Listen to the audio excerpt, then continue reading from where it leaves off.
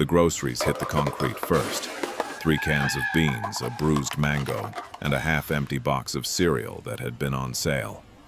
All of it rolling across the floor of the underground parking garage while Nkechi pressed her son tighter against her chest and tried to understand what was happening.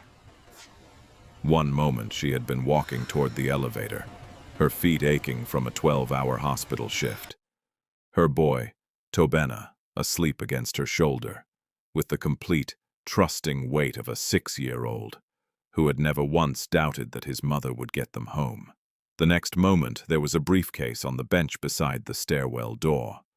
Black, expensive, abandoned in the specific way that things are abandoned when someone left in a hurry. And then the headlights came. Not one car, not 2. 3 black SUVs sweeping into the garage simultaneously, filling the space with engine noise and blinding light, and before Nkechi could move or speak or think, there were men around her. Large, silent, positioned with the practiced efficiency of people who had done this before. And one of them had his hand on the briefcase she had instinctively picked up to move out of the way, and his eyes on her face were the coldest eyes she had ever looked into. "You opened it," he said. "No," she said. Her voice came out steadier than she felt. Tobena stirred against her shoulder. She tightened her arm around him. "No. I found it on the bench. I was going to hand it in at the front desk." Nobody moved. Nobody spoke. And then the passenger door of the center SUV opened, and the man who stepped out of it rearranged the entire atmosphere of the garage without doing anything at all except stand there. He was tall, dark coat, a face that had been arranged by experience into something that communicated nothing and controlled everything. He walked toward her at the unhurried pace of someone who had never once in his life needed to rush, because the world arranged itself around his timing, not the other way around. His eyes went to the briefcase first, then to her, then briefly, to the sleeping child on her shoulder. And something in his expression shifted, by a fraction so small she almost missed it. She held the briefcase out toward him. Her hands were not shaking. She did not fully understand. Why? "I think this belongs to you," she said. He took it, opened it where he stood. The men around him went very still. Inside, stacks of currency, a sealed document envelope, and beneath that, a ledger with a dark stain spreading across its lower corner that Nkechi had seen enough of in hospital corridors to recognize immediately. He looked at the contents. Then he looked at her. Everyone was waiting. She could feel it. The collective suspension of breath, the readiness, the way the whole scene was balanced on what she would do next. Ask for money, make a demand, try to negotiate some advantage from the situation. The way any rational person standing in a parking garage with a Mafia briefcase and a sleeping child would logically do. She shifted Tobena on her shoulder, looked at the man directly, and said, "You should be more careful." The silence that followed was unlike any silence she had experienced. Then very slowly, the man who frightened everyone in the room looked at her. Really looked. The kind of looking that takes inventory.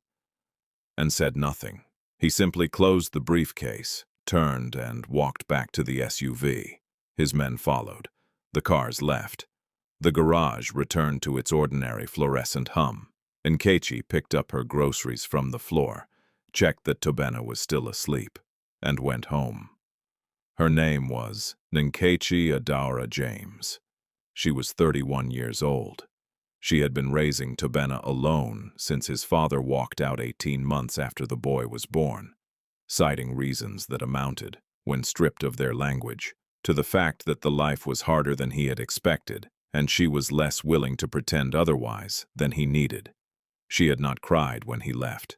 She had made a list: rent, food, childcare, hospital debt from Tobena's early illness, the loan she had taken to cover it, the interest accumulating on the loan.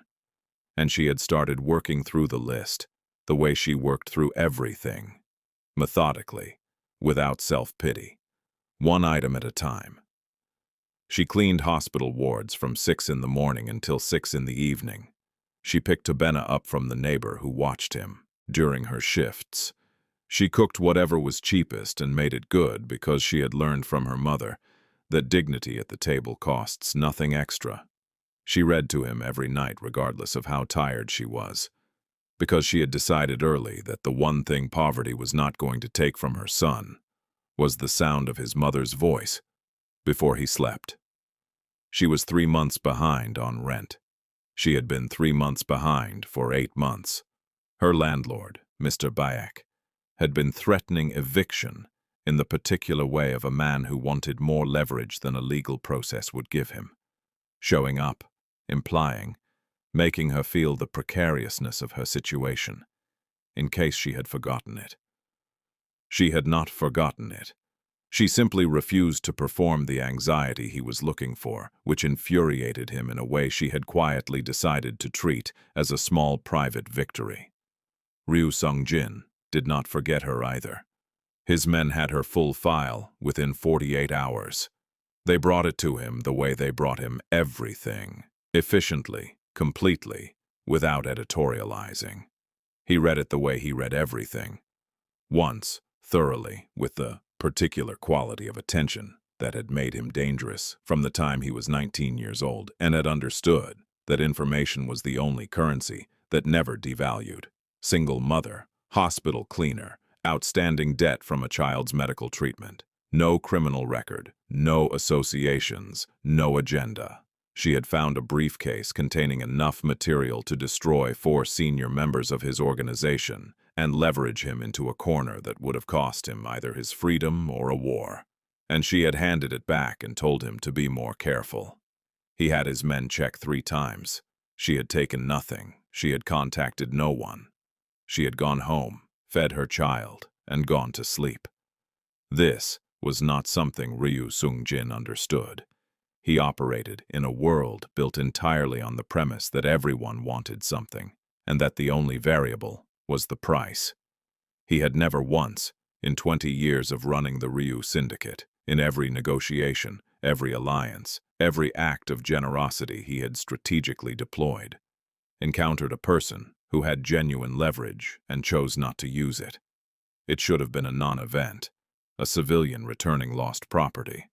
But it sat in the back of his mind the way certain things did, not loudly, not urgently, but with the persistent low frequency of something unresolved. The changes in her life began quietly. Her landlord called on a Thursday morning and told her, in a voice that contained no explanation and invited no questions, that her rent was being reduced by half effective immediately, and that the outstanding balance was being cleared. She stood in her kitchen with the phone pressed to her ear and said nothing for a full 10 seconds. Then she asked him why. He said it was a business decision. She did not believe him. She did not push it. The pharmacy where she collected Tobena's monthly prescription called 2 days later. There had been an anonymous payment made against her account, a full year's medication, paid in advance. She asked by whom. They did not know. The loan company that had been calling her every Thursday for 14 months stopped calling. When she called them, the line rang to a number that had been disconnected. She was not a naive woman. She was not a woman who believed in coincidences of this specific and convenient variety. She sat with what she knew and turned it over carefully, and what she arrived at was both obvious and impossible. Obvious because the timing was exact. Impossible because the most dangerous man she had ever stood in front of had no reason to do any of this. He came to the hospital on a Wednesday evening. She saw him before he saw her, or thought she did. He was standing at the reception desk speaking to the administrator about a donation, and he was dressed as a man who donates to hospitals, rather than a man who makes parking garages terrifying. But she recognized him the way you recognize something that has lodged itself in your memory with unusual clarity. She walked over. She stopped beside him, and she waited until the administrator had stepped away before she spoke. "It's you," she said. Not a question. He turned. Whatever he had expected. It was not this. Not her, here looking at him with the same direct, unfrightened quality she had carried in that garage. He recovered, in under a second. He was very good at recovering. "I don't know what you mean," he said. "Yes, you do," she said simply. "The rent, the medication, the loan company." She paused. "Thank you, but I don't know why." He looked at her for a moment. Something passed across his face that was not quite discomfort and not quite surprise. Something in between. Something she suspected he did not experience often. "You look tired," she said. He blinked. "I'm sorry." "You look tired," she repeated, with the matter-of-fact compassion of someone who spent her days around people who were suffering and had learned to name it plainly. "Not sick. Just tired in the way people get when they carry something heavy for too long." He had not been spoken to like that in a very long time. He had not been spoken to like a person, not a boss, not a threat, not a resource, not a symbol, in longer than he could accurately remember. He opened his mouth, closed it, and then, in the lobby of the hospital, for the first time in years that he could count on one hand, Ryu Sung-jin laughed, quietly, briefly, with the slightly disoriented quality of someone discovering a muscle they forgot they had. Tobena found him 3 weeks later, and Keiichi had brought her son to the hospital on a rare day off to visit an elderly patient she had grown fond of, and Tobena, who had the particular social fearlessness of a 6-year-old who had grown up largely among adults, spotted Sung-jin in the corridor and walked directly up to him and asked him why he was so tall. Sung-jin looked down at the boy with an expression Keiichi had never seen on his face. Open, unguarded, uncertain in the specific way of a man who has never been approached without agenda and does not know the rules of this particular interaction. He crouched to Tobena's level. He answered the question seriously. Tobena told him that his name meant "father is good" in Igbo, and that he did not have a father, but that it was okay, because his mother was good enough for 2 people. Sung-jin looked up at Keiichi over the boy's head. She looked back at him. Neither of them said anything. But something had shifted, the way furniture shifts in a room, and the room becomes different without anything being added or removed. She learned who he really was on a Tuesday night, through a half-open door, and a conversation she was never meant to hear. She had been waiting in the anteroom of an office building, where she had come to return something he had left. A small thing, a phone left at the hospital, which she had brought back because it was hers to return and not hers to keep. 2 of his senior men were inside the office, unaware she had arrived. Their voices came through the gap in the door, clearly enough. The briefcase. She heard the word. Then, documents. Then, evidence. Then the name of the man who had lost it deliberately, a senior member of Sung-jin's inner circle, who had been brokering a side arrangement with a rival faction and who had staged the briefcase's loss as insurance, a way to have incriminating material exist outside his own hands while he completed the deal. The people whose names were in that ledger. What would happen if those names reached the wrong ears, or the right ones, depending on who you were? She stood in the anteroom and understood, with cold precision, that the briefcase she had picked up in that parking garage was not lost property. It was a weapon, and the people who had put it there now knew that a civilian had had it in her hands for 11 minutes, and that civilian was 3 months into a quiet arrangement with the man whose empire the weapon was designed to destroy. Her apartment was destroyed the following evening. She came home to the door off its hinges, and the interior turned inside out. Not burglarized, because nothing had been taken, but searched with the violent thoroughness of people who were looking for something and had not found it. She stood in the doorway with her heart hammering and reached for Tobena's hand and found nothing beside her. Her phone rang. Unknown number. She answered it before the second tone finished. "He's with me."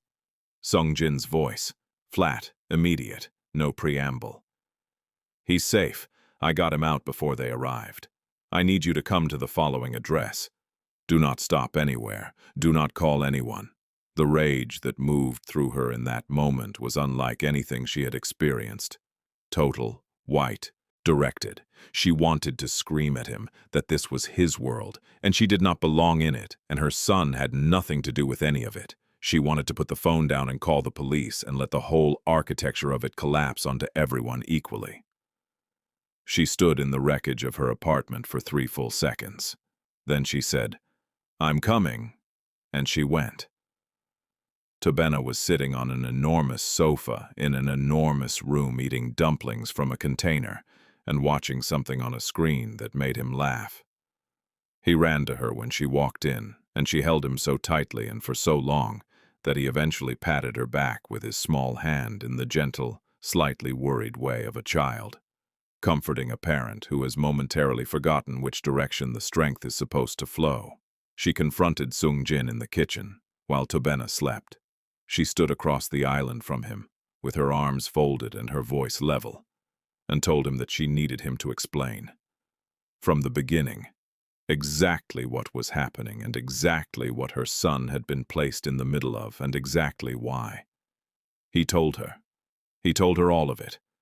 The traitor, the ledger, what was in it, what the rival faction had been promised in exchange for harboring the evidence, why her proximity to him had made her visible to people who had been watching his operation for a crack to push through. He told her, without softening it. He told her the way he had learned she preferred to receive information, plainly, completely, with enough respect to let her make her own assessment of it. She listened until he finished. Then she said, "You scare everyone around you." He looked at her. "I know.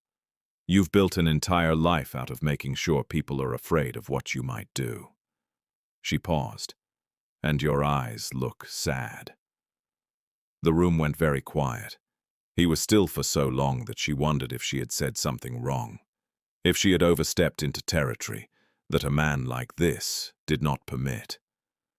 Then he looked away, toward the window and the city beyond it, and his jaw tightened in the specific way of someone absorbing something they are not going to answer out loud because the answer would cost too much. He had been seen. That was what it was. Not assessed, not managed. Seen, past the architecture of control and reputation and decades of careful distance. By a woman who cleaned hospital floors and read to her son every night and picked up briefcases they didn't belong to because leaving them felt wrong. The attack came before dawn. It came with the organized confidence of men who believed they had planned for every contingency, and it shattered against the specific problem that they had not planned for Ryu Sung-jin, deciding, with absolute clarity, that there was nothing in this building more important than the woman and the boy in the room down the hall. Not the empire, not the reputation, not the decade of careful positioning that had made him untouchable. He fought with the pure, terrifying energy of someone who had identified the one thing that losing would be unacceptable. And it changed the quality of everything, the calculations, the timing, the willingness to absorb damage that he would never have absorbed for anything operational. His bodyguards fell. He took a bullet in the side in the 3rd corridor that he registered, and then set aside with the focused discipline of a man who would deal with it later. He killed the traitorous underboss in the building's lowest level, in the silence after the last gunshot, with his hand pressed against the wound in his side and his breathing deliberate and controlled. Then he walked back upstairs. She was in the doorway of the room where Tobena was sleeping, her arms around herself, her face the particular shade of composed that people achieve when they have decided that falling apart is something they will do later and privately. When she saw him, saw the blood, the state of his coat, the controlled way he was holding himself to manage the injury, she moved toward him before she had consciously decided to, the clinical part of her that had worked 12-hour hospital shifts engaging automatically. Hand on his arm, assessment of the wound, a sequence of questions asked in the calm, competent tone of someone who had triaged worse than this. He let her. He sat where she directed him. He answered the questions. And at some point in the middle of the practical business of being tended, too, the control he maintained as a constant, non-negotiable feature of his own existence, simply, briefly, let go. He sat there in the kitchen of his safe house with a woman who had returned his briefcase and told him to be more careful, and he was simply tired, in the way she had seen from the beginning. She sat with him until the medical team arrived. She did not leave. 6 weeks later, she stood in front of a building she had never seen before, in a neighborhood she did not know, and read the name on the entrance, the Adora Clinic, community care for families in need, free treatment for children, a full pharmacy, a pediatric ward, everything that had been impossible in her life, made structurally, permanently available to people like her. And the name on the door was her middle name, which she had never told him, which meant someone had found it in a file and understood it mattered. She learned he had left the syndicate. Not dramatically, not publicly. The criminal world does not hold press conferences for its departures. But he was gone from it. People whispered. They said he had made arrangements, transferred authority, resolved the outstanding matters with the cold efficiency he applied to everything, and then simply stepped out of the structure that had organized his entire life. Nobody knew where he had gone. Nobody who might have tried to find him could do so conveniently. She found him standing outside the clinic on a quiet evening, watching the children play in the small garden that had been planted along the south wall. He had no bodyguards, no earpiece, no coat that cost more than her equipment. He was wearing the expression of a man who has arrived somewhere he did not know he was trying to reach and is taking the time to understand what it means. Tobena saw him from 20 feet away and ran. He caught the boy with both arms and lifted him, and for the first time in the entire length of the story. Through the parking garage and the hospital and the safe house and the gunfire and the blood and all the quiet, impossible moments in between, Ryu Sung-jin smiled like a man who had nothing left to manage and nowhere left to be, except exactly here. Nakechi walked toward them. The evening light was very still. She stopped beside him and said nothing for a moment, because nothing was required.